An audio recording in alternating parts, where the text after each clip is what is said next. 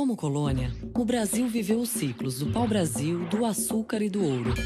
No Império, começou o ciclo do café, também voltado à exportação e produzido por escravos.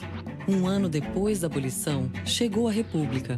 O ciclo do café acabou em 1929, quando o mundo quebrou. O Brasil se recuperou e viveu décadas de crescimento, até as duas crises do petróleo, que geraram a crise da dívida externa e a alta inflação. Na democracia, os problemas continuaram. Vieram os planos Cruzado, Bresser, Verão e Collor. Mas a inflação continuava a crescer, passando de 2.800% ao ano. Era preciso um plano inovador.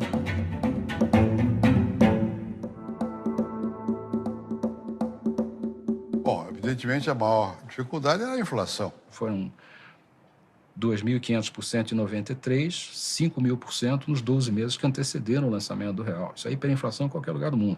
A inflação alta é um sinal, de novo, de desfuncionalidade. Tem algo de errado acontecendo. 15 anos de inflação alta seguidos. Isso não é um resfriado, isso é uma patologia muito séria, uma doença terminal. O país tem hiperinflação por um conjunto de coisas. A inflação no Brasil tinha algumas causas estruturais. Se você não, digamos assim, não se preocupar em reverter as condições que levam à hiperinflação, qualquer plano de estabilização dura um tempo e depois falha. Pedro Malan sempre dizia, para todo problema complexo, tem sempre uma solução simples e errada. Pois então, nós experimentamos as soluções erradas sucessivamente. Procuravam resolver o problema através de alguma solução rápida. O Brasil, entre 86 e 91, adotou 5 planos de estabilização, todos eles fracassados. O Plano Cruzado, Plano Bresser, Plano Verão, o primeiro Plano Collor, o segundo Plano Collor. Até reconhecer que nós temos um problema e ir ao médico. Vamos começar com o diagnóstico correto da coisa. Eu procurei o André Lara Rezende. Eu tive, então, a possibilidade de nomear um novo presidente do Banco Central. Aí mandei chamar o Malan. Um pouco depois, o presidente do BNDES foi mudado também. Aí eu tinha a possibilidade de botar mais um.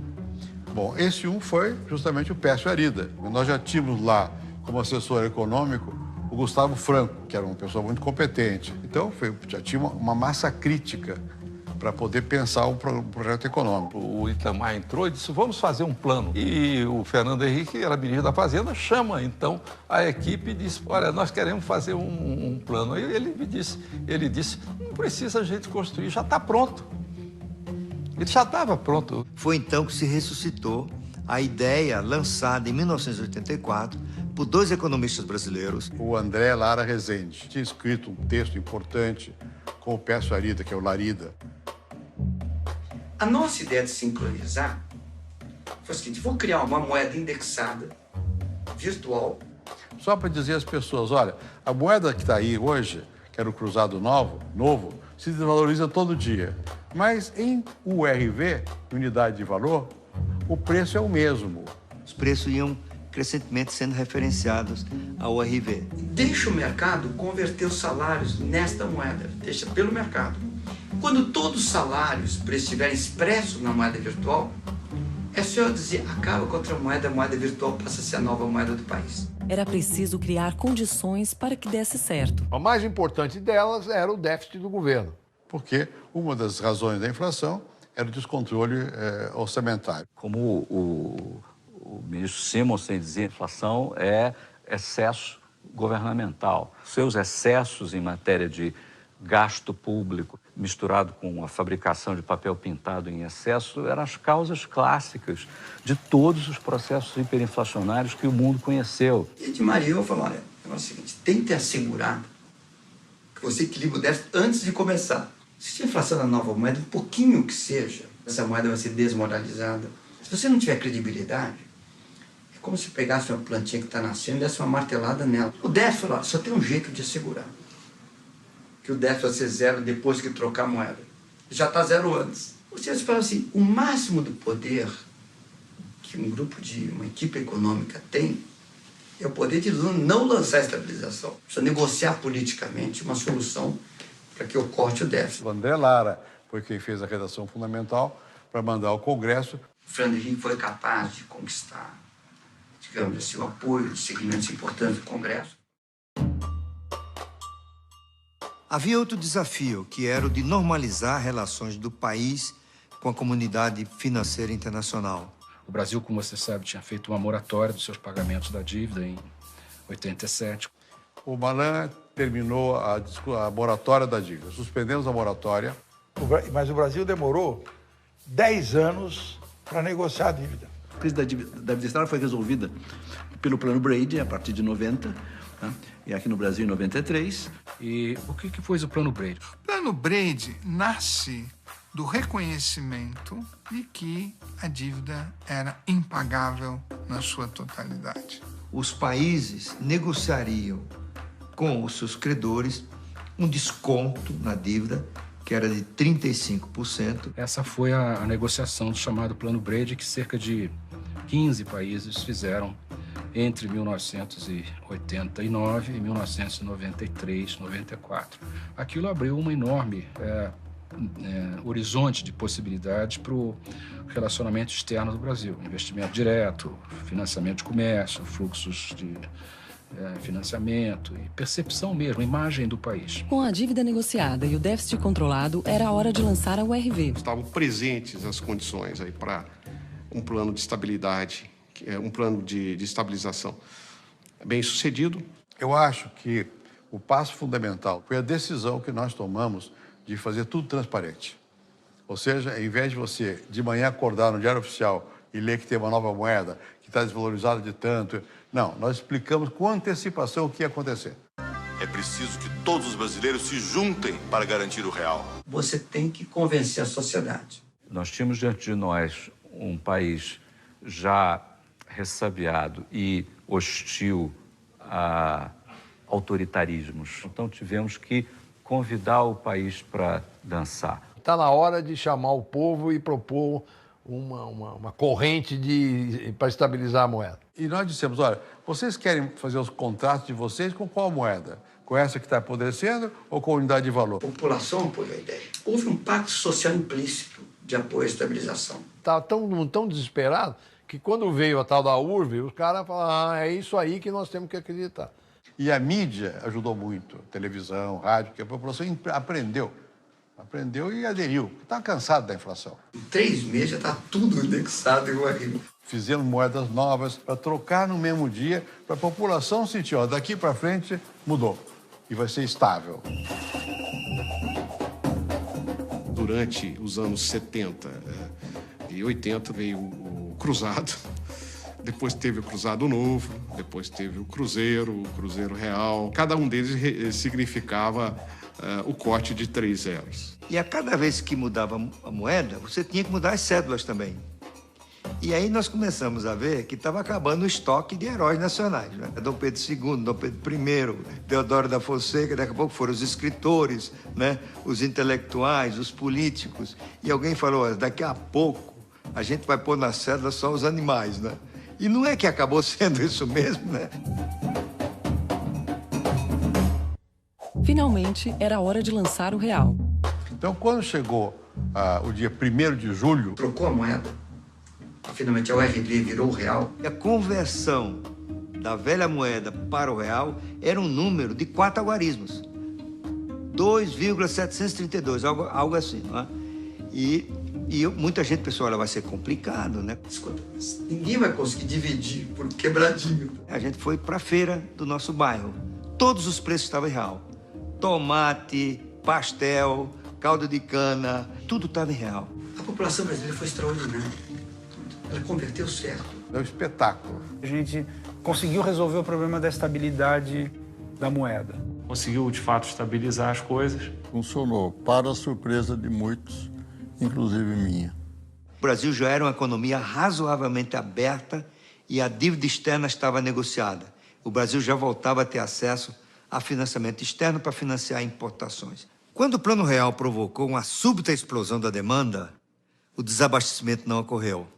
As prateleiras continuaram cheias. Uma inflação violentíssima transformou-se numa inflação civilizada, vamos dizer assim. Eu já não era nem ministro mais, que eu estava me preparando para ser candidato a presidente da República. Ele vence no primeiro turno com 54% do total de votos válidos.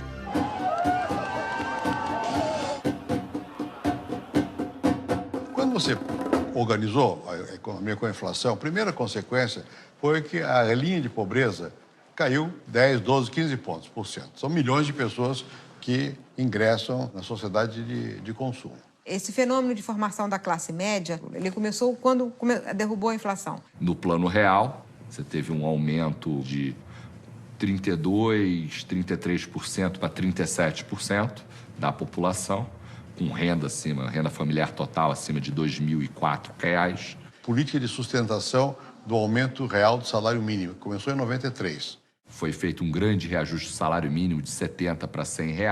Isso provocou uma redução de pobreza e desigualdade. E, na verdade, eu acho que o principal efeito da estabilização foi muito mais, como o próprio nome diz, a estabilização trouxe estabilidade, trouxe capacidade das pessoas se planejarem em relação ao futuro. A desigualdade diminuiu, mas muitos bancos quebraram. Com a inflação era difícil entender o que se tinha. O que é natural, a inflação mascara os problemas. Quando você vai para uma área estável, você obriga e de repente a realidade aparece.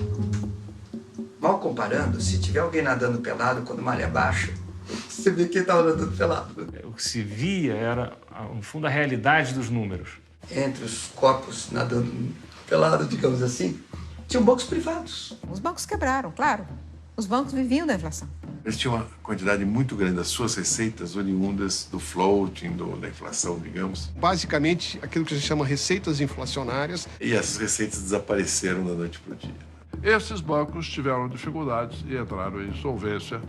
Então, você enfrentou, no alvorecer da nova moeda, a mais violenta, dramática e ampla crise bancária que o Brasil jamais teve em sua vida. 100 bancos quebraram. Dos 10 maiores bancos, 6 estavam quebrados. Bamerindos, Econômico, Nacional. Mas também tivemos problemas de bancos públicos, né? Porque o Banco do Brasil estava quebrado também. A Caixa também estava.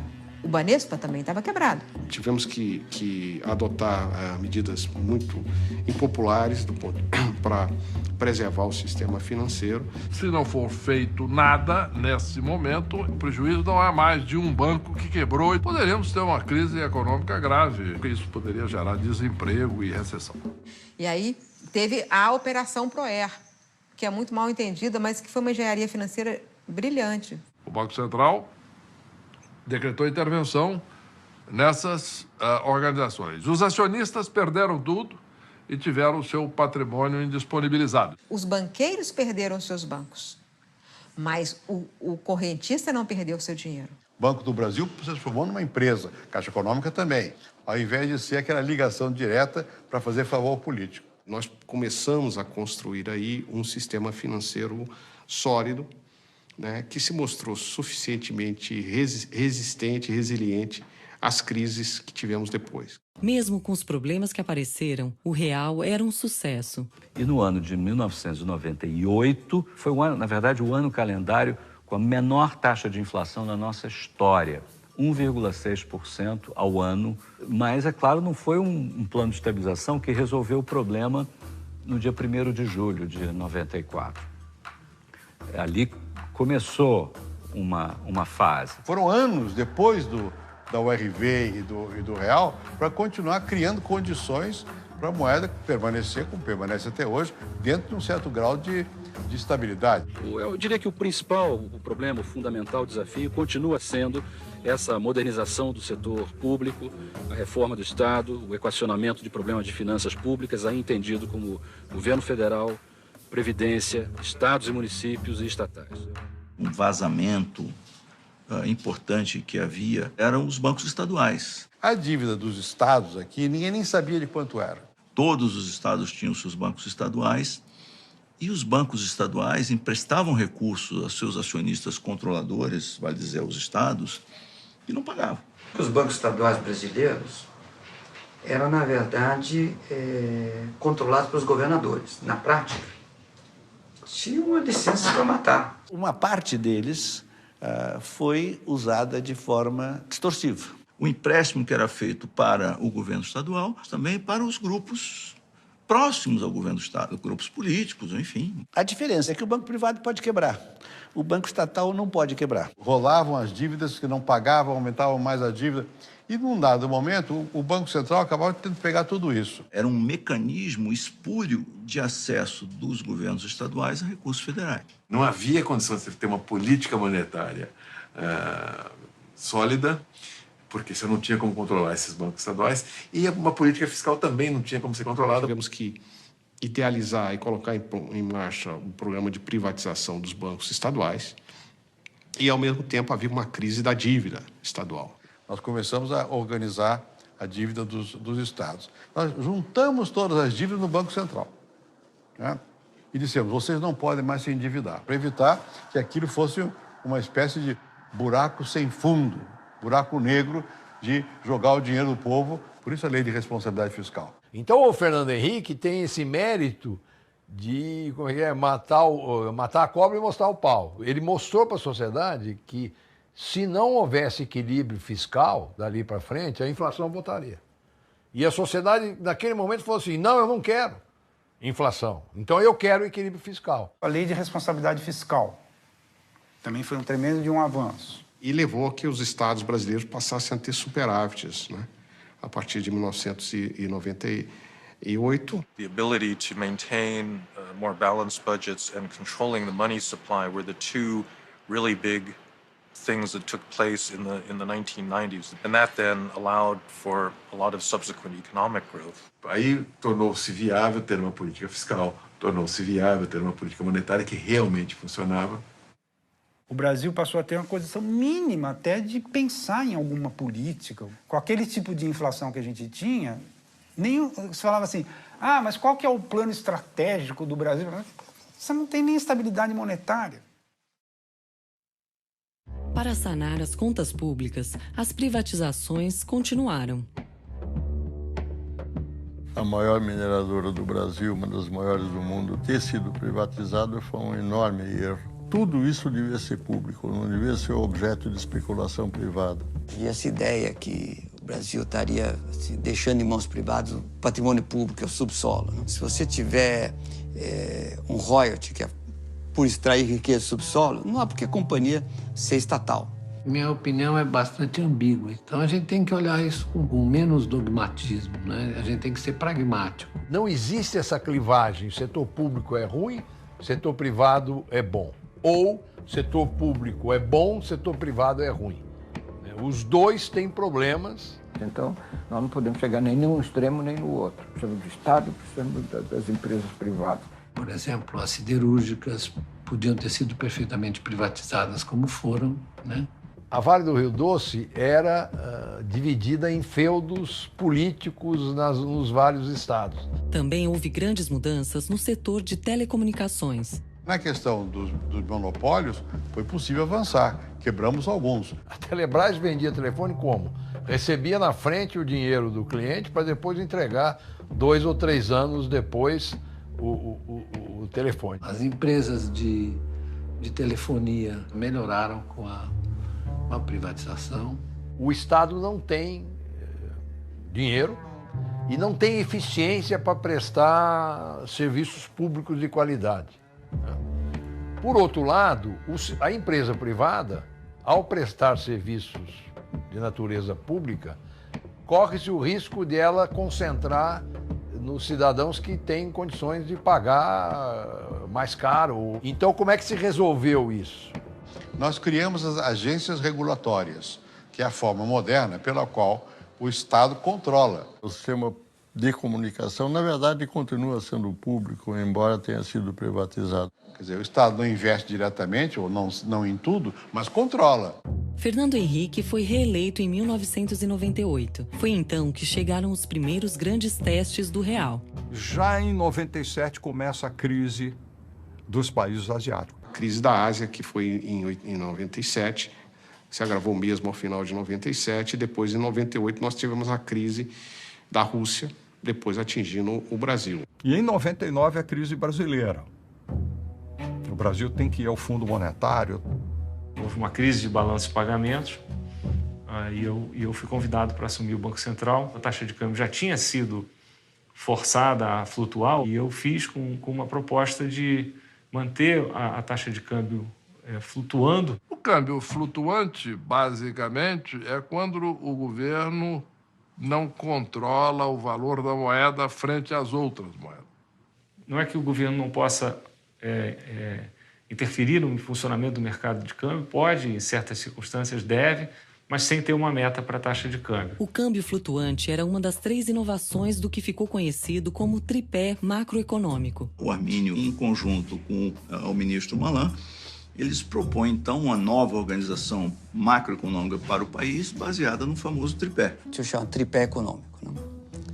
Que era a ideia que você tem que ter superávit fiscal expressivo, o câmbio tem que flutuar e a inflação tem que ficar na meta. Eu acho que o Brasil entrou nos eixos, vamos dizer assim, definitivamente naquele momento. As metas para a inflação pressupõem a autonomia do Banco Central. Estabelecer o compromisso do Banco Central de perseguir de forma autônoma um objetivo, que é a meta da inflação. Quer dizer, é independente, não para fazer o que quiser. Não são metas do Banco Central, são metas do governo. O Banco Central tem que trabalhar de uma forma muito racional, não pode trabalhar emocionalmente ou atendendo clamores políticos, populares ou de curto prazo. Na virada do século, a desigualdade passou a diminuir mais rapidamente. A partir do começo dos anos 2000, Bolsa Escola, Bolsa Alimentação, você procurava chegar nas pessoas e nos lugares mais pobres. Você tira da extrema pobreza para um patamar de conforto, dignidade, de sonhos, de projetos.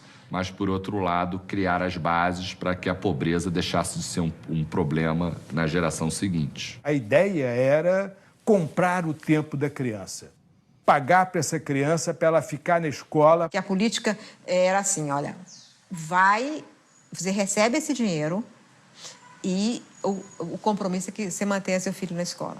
Você conseguiu levar de 20%, 18% para próximo de 3, 2, o número de crianças, o percentual de crianças fora da escola. Esta criança que está na escola vai ter uma produtividade 100 vezes maior do que o pai dela. Aquelas pessoas passam a entrar no mercado de trabalho e isto faz com que a economia como um todo se fortaleça. E isso é muito bom para a economia. Evidentemente que trouxe mais empresas para o Brasil, mais investimento, mais capital de investimento direto. Nesse sentido, se o programa Bolsa Família der certo, ele é autofágico, ele vai diminuindo. Quanto que caiu a desigualdade de 2001 até 2012? Os 5% mais pobres tiveram, nesse período de 12 anos, um ganho de 137%, enquanto os 5% mais ricos tiveram um ganho de 26%.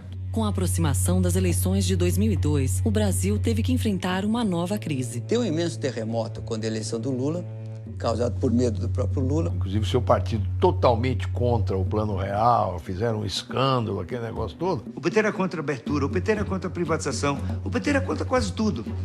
E o Lula dizia nos comícios dele, eu não quero ser eleito para continuar essa política econômica que aí está.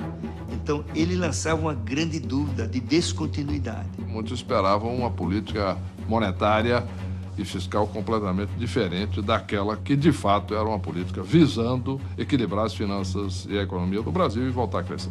E quando o Lula começou a se viabilizar como o candidato vencedor, o Brasil também começou a piorar a crise. Entre o primeiro e o segundo turno surgiu aquela onda de pessimismo. Quase foi para cá, 4 taxas de câmbio. E o país teve que recorrer ao FMI. Uma coisa é o Brasil ser sócio do FMI. Outra coisa é permitir que o FMI venha aqui e dizer, olha, tem que fazer assim, tem que fazer assado, como fizeram com a Argentina. A estabilidade econômica que o Brasil demorou décadas para conquistar estava prestes a ruir?